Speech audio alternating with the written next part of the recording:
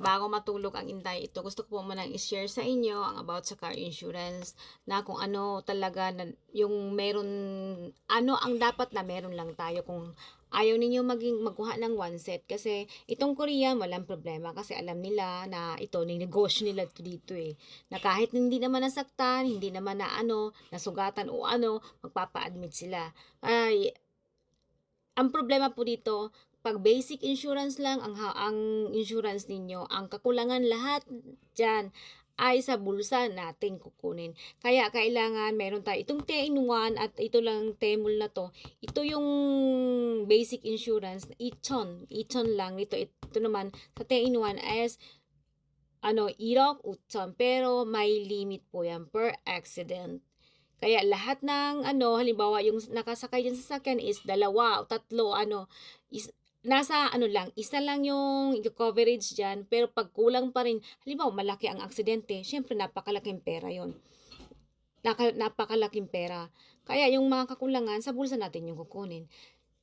Pero dito po kasi ito sa ano, sa 3-in-1, ito ay pampagamot po to ng ano, yung mga gastusin sa about sa hospital, tao. Kaya, pag nagkulang dito sa T-in-1, sa T-in-2, sa unlimited po yan kinukuha. Unlimited. Sa unlimited na kinukuha yan. Kaya ito naman sa Temul, about naman yan sa sasakyan.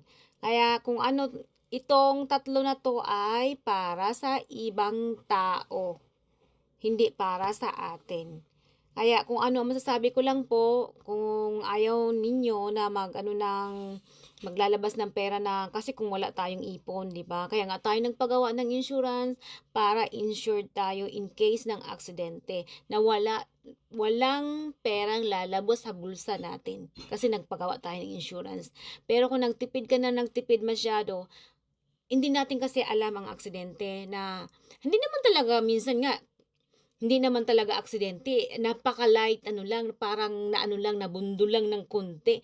Alam mo, nagpapa-admit sila kasi nagpapabayad sila, di ba? Ito yan ang mga, yun ang sakit talaga ng Korea. Nako, kailan kaya matatapos? Sige, babay na. Sa may mga katanungan yung ito, sa susunod ko naman, iuubusin to. Nagawa na nga ako ng aking board eh, para isahan na. Kasi ang ito, yan, ginawa ko na yan. Pinagdidikit ko. Bye-bye! Good night!